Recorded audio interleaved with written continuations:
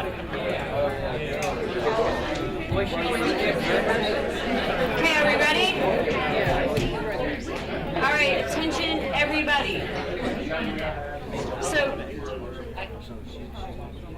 Betty, did you have like a different path on this side? Yeah, each road is. Okay. Do you want me to start with you or end with you? So, what did you guys have? Access and tardiness. And why do we have that in place? Because we are supposed to be reliable. We are showing our clients and specialists we have services. Okay. Yours? Safety rules. Safety rules. Protect our assets and people. To protect our assets and people. Andre, which one did you have? Dress codes, work hours, that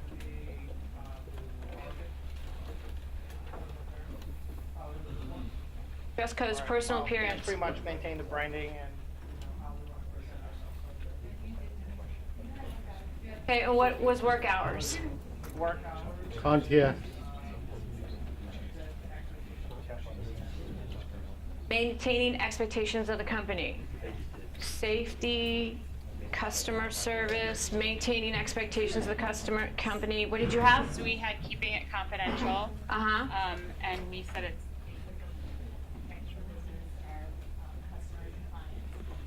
vendors and also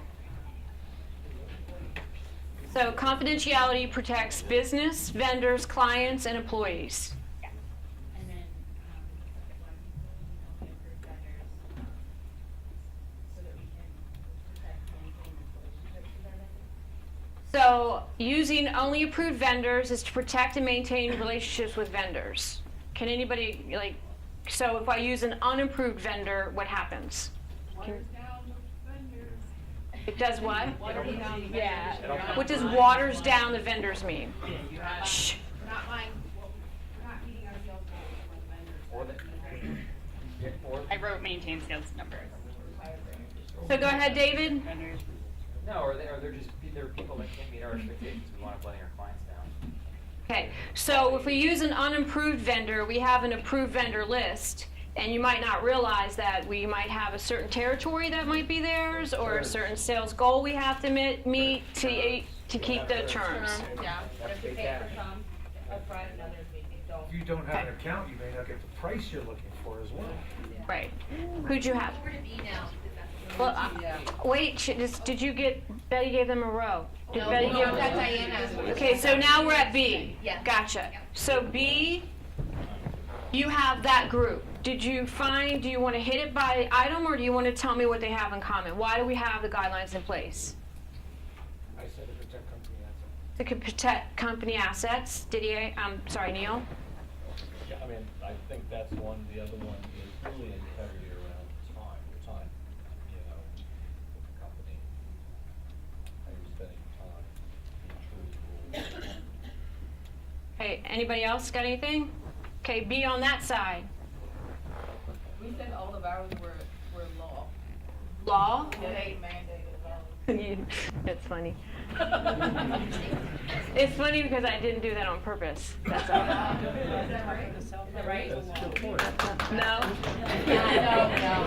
I mean, it's probably a good answer. I have one side left. Okay, One being.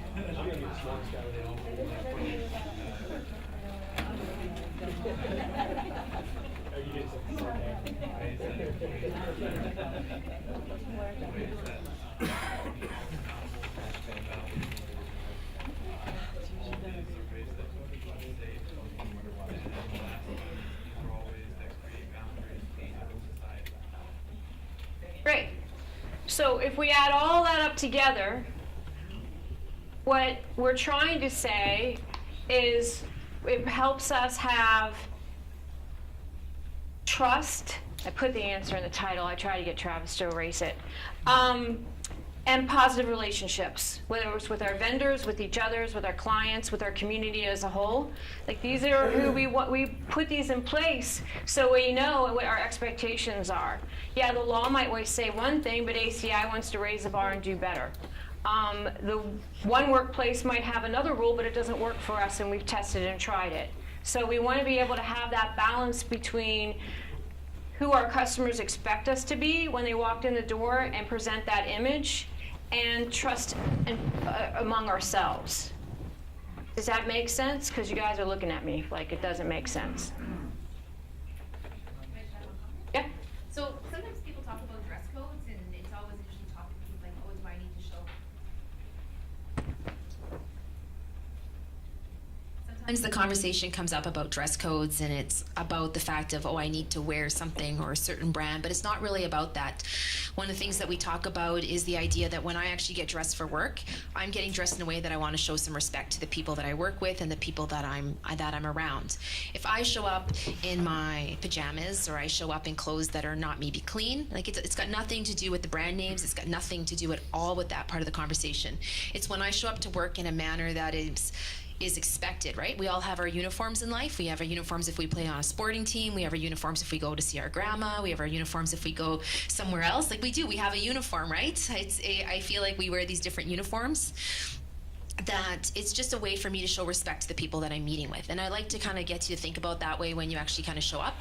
And when someone knows that you're going to show up dressed appropriately based on the culture within your company, and they know that they're not concerned about taking to a meeting. Like, I will honestly tell you, there's times that I'm concerned what someone might wear to a meeting sometimes. Will they have their hair brushed? Like, it's enough to, I'm more concerned about some of those things because I want to make sure that we're just giving a good impression. It's nothing to do about the brands. It's got to do with the fact of, am I giving a good impression to the people that I'm meeting with, that I appreciate their time? Because when I'm dressed in a manner that is simple and it's clean, that shows the people that I'm meeting with, I feel that I respect them. When someone shows up to my house for dinner, my brother shows up and, you know, he's just had a long day and he's not, I'm like, come on, buddy, I made you a nice meal. Like, at least show up with a clean t-shirt on and a pair of jeans. Like, just don't show up out of your garden, right? And for those of you that have spent hours prepping or doing something and someone rolls into your house, sometimes it's like a little disrespectful, right? So that's the concept of dress attire. It always comes up about what are you trying to infer, and that's what the concept is about and how it relates to civility, right? Fair enough? Okay, thank you. Okay, so you want to flip me? You bet. Okay, so these are just some workplace examples. And when these things happen, like it's your lunchtime and the showroom's busy and you decide to leave and go ahead and take your lunch anyway, or you're working in an area and you choose not to tidy it up, whether it's in the lunchroom or the warehouse, leaving a mess at the copier, not putting samples away, or you've taken your lunch and you patch back in, but then you don't return to your work immediately, then these are things that cause stress among us. And it shows a lack of respect. And it dissolves all of those protocol things that we just went through. All those values that you just told me were important to you, we don't see them anymore because they've dissolved. And we'll just usually it can take one instance, and like they said, it takes 3 times to get over that one negative thing. So everyone's been bandying about the. What? Oh, thank you. Well, they can't see this one. Let's see if I can do it.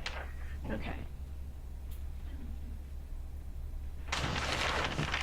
Okay. So everyone's been talking about the platinum rule. Raina, what's the golden rule? Treat people as you want to be treated. Right. So treat people the way you want to be treated. Everyone grew up with that. Okay. It is actually out of the Bible. But the platinum rule raises the bar. So civility in the workplace is raising your conscious awareness. So civility, when you first heard the word, is like, I got that. Like, we're not like that. We say please and thank you. You know, I open the door for people. I buy people lunch and don't expect anything in return. I'm a giver. I got it. But civility isn't about that basic core level that we grew up with. Treat others like they expect to be treated. It's treat them like they want to be treated, like they didn't even realize that they wanted to be treated. That's raising the conscious awareness in our workplace. It's not just okay and good enough to say, thanks, Shane. It's better to say why I want to thank Shane and why Shane's so important to the company. Does that make sense? Okay. All right, move it. So, time is a resource. In civility, you always hear about time management. How was it going to say here. So if you're generally known about coming to work late, you're late for meetings, you don't return phone calls, you're not submitting those reports timely, what happens to that professional reputation you have? It diminishes. Where are those values that we hired you for? Where'd they go? What happened? Why did we get that disconnect? So I was reading up on time as a resource because I'm really about, and Travis is looking at me funny, so this isn't easy doing in front of your kid, by the way. Because he's going to get home and tell his dad what I stuttered on, or if I said like too much. He's probably recording it. Mom, you need to not do this later. Yeah, I'm ignoring the man in the back.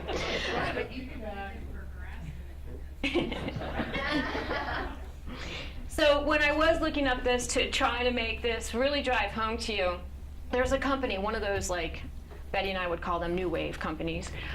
You know the ones like Google. So it's called Working for Green, and everybody in the workplace makes the same amount of money, no matter where you are. $50,000, that's what they make. Huh? So then what they say is, time is a resource, right? Because where do they get their profits from? Their real money comes from the bottom line. So if we're all making the same amount of money, but the bottom line's going to be hit, and time is a resource, then when Mary Jane and Johanna show up late, that 10 minutes, they take their salary, figure out the hourly rate, and dock them. Okay? Oh, you don't want that one because that's too mean. Really? It's mean because you expect to get paid for that 10 minutes that you were late for that meeting or you didn't show up on time. But it's okay if I, it's not okay if I dock you. All right, well then let's do this. We'll put it into your budget. You have this budget.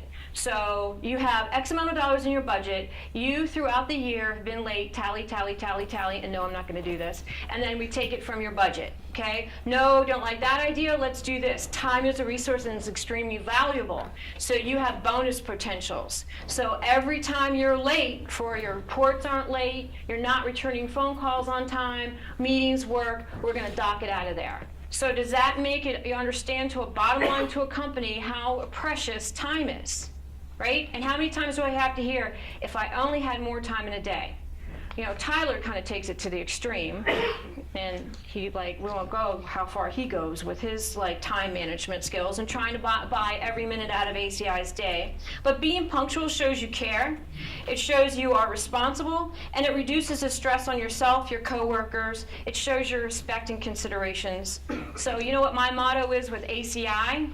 Well, let me tell you what my motto used to be.